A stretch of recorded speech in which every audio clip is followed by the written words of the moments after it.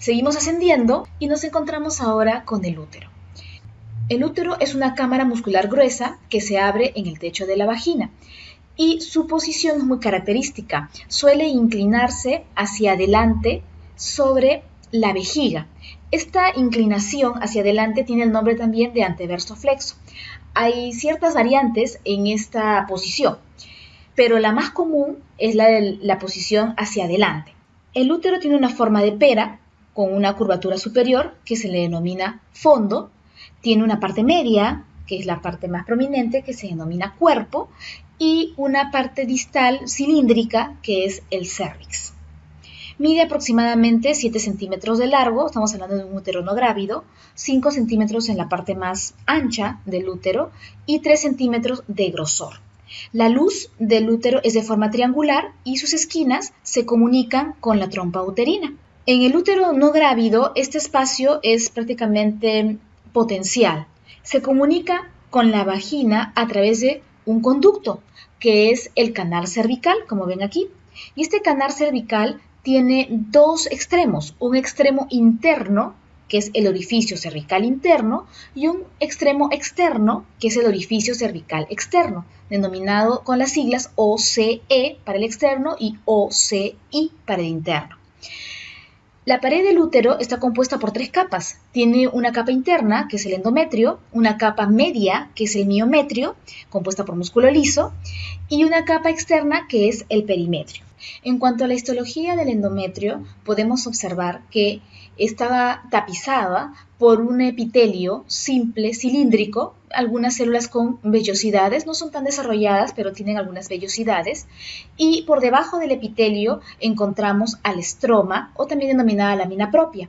Este estroma tiene en su contenido glándulas, que son las glándulas uterinas. Son glándulas tubulares, rectas, compuestas por epitelio cilíndrico simple. En el estroma del endometrio encontramos células tipo leucocitos, algunos macrófagos y también encontramos arterias, que son las ramas prácticamente terminales de la arteria uterina. Tiene 2 zonas muy claras el endometrio, que es la capa funcional y la capa basal. La capa funcional es aquella que va a desprenderse mes a mes durante la menstruación, siempre y cuando no haya habido concepción. Y la capa basal es aquella que va a regenerar nuevamente a la capa funcional. Las arterias que van a irrigar esta zona del endometrio se denominan arterias rectas, que están sobre todo en la capa basal, y la arteria espiral, que es la que penetra todo el endometrio hasta llegar a la capa funcional. Acá vemos los diferentes tipos de endometrio que aparecen según el ciclo menstrual. Definitivamente lo vamos a ver mucho mejor en la siguiente clase, ¿no? Pero para que ya vayamos teniendo una idea. En la primera fase del ciclo menstrual tenemos el influjo sobre todo de los estrógenos. Los estrógenos lo que hacen es aumentar la actividad mitótica de las glándulas endometriales. Y por eso se denomina endometrio de tipo proliferativo. Lo que vas a encontrar es mayor número de glándulas, aún tubulares, y con un endometrio que poco a poco va a ir creciendo. Posterior al pico de LH que produce la ovulación, aparece el influjo de la progesterona. La progesterona lo que hace es que este endometrio se vuelva secretor, empieza a producir sustancias que van a nutrir al producto de la fecundación, que es lo que espera el útero, ¿no? Eso hace que las glándulas se vuelvan tortuosas, un poco más rechonchas, llenas de glucógeno en su contenido, lo que da la apariencia de una glándula contorneada, como ven aquí, ¿no? A diferencia del endometrio proliferativo, que es una glándula aún tubular. En el secretor, la glándula se torna contorneada en forma de espiral, medio en tirabuzón. Si no hay fecundación, entonces las hormonas caen y el endometrio se esfacela. Las arterias espiraladas, que estaban tortuosas, se van a cerrar y eso va a generar una isquemia y eso va a generar muerte y caída del endometrio, solamente de la capa funcional. Entonces vemos que hay una variación en la forma de las glándulas, así como en el tamaño del endometrio.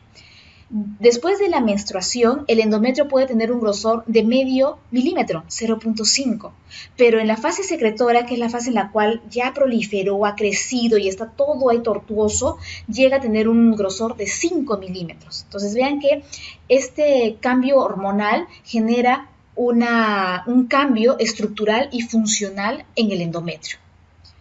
El cérvix, como les comenté, es parte del útero, la parte más distal tubular, y que está compuesto por dos zonas.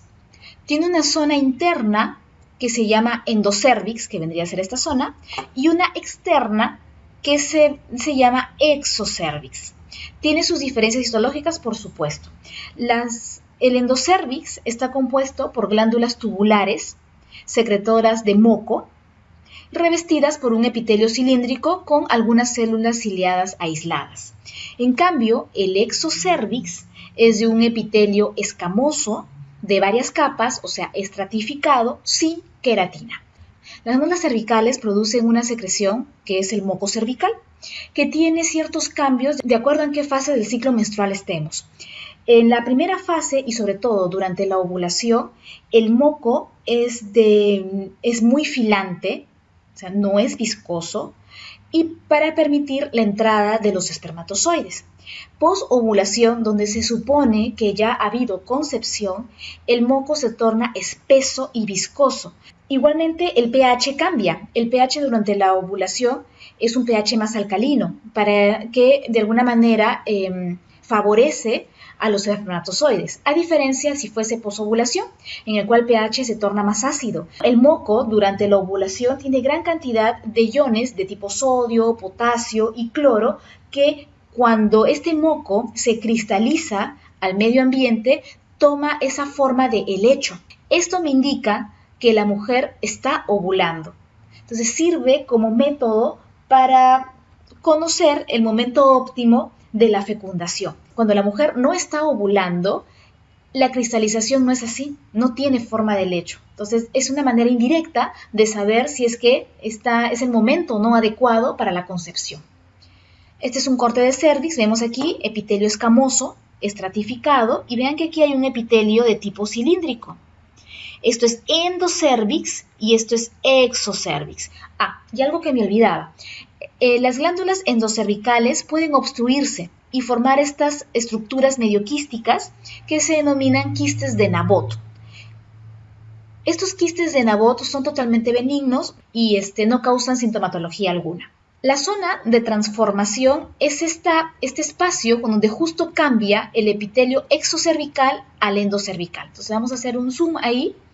Le hemos hecho acá en esta zona un pequeño zoom y observamos acá epitelio escamoso con gran cantidad de capas, que es estratificado, y exactamente aquí se ve el cambio abrupto al epitelio de tipo cilíndrico, que es el endocérvix. ¿Por qué es importante saber esto? Porque esta zona de transformación es el lugar de mayor asiento del carcinoma epidermoide de cérvix, cuyo factor más importante es la infección por PBH. Por eso es importante siempre hacerse sus análisis de citología cérvico-vaginal, porque es la forma como uno puede conocer si es que estas células se están transformando, ¿no? Si es que hay alguna alteración ahí estructural, ¿no? y funcional de la célula. ¿Cómo se realiza la citología cérvico-vaginal? Bueno, se introduce un espéculo que mantiene abierta la vagina. Posteriormente se introduce una especie como de paletita, ¿no? Para poder hacer un raspado ligero y suave en el exocérvix. Después se introduce a manera de un hisopo o un cepillito en el endocérvix y finalmente estas dos muestras se extienden en una lámina y esto es posteriormente coloreado con la coloración de Papa Nicolau y después visto al microscopio. ¿Qué es lo que vas a observar? Bueno, vas a observar células escamosas, como ven acá, que son células que se han desprendido al momento de hacer el raspado del exocérvix, como que también vas a encontrar células endocervicales. Entonces, esto es un método de screening para poder saber si es que hay o no alguna transformación de estas células escamosas en células malignas. Ahora vamos a hablar sobre aquellos ligamentos que mantienen en su lugar al útero.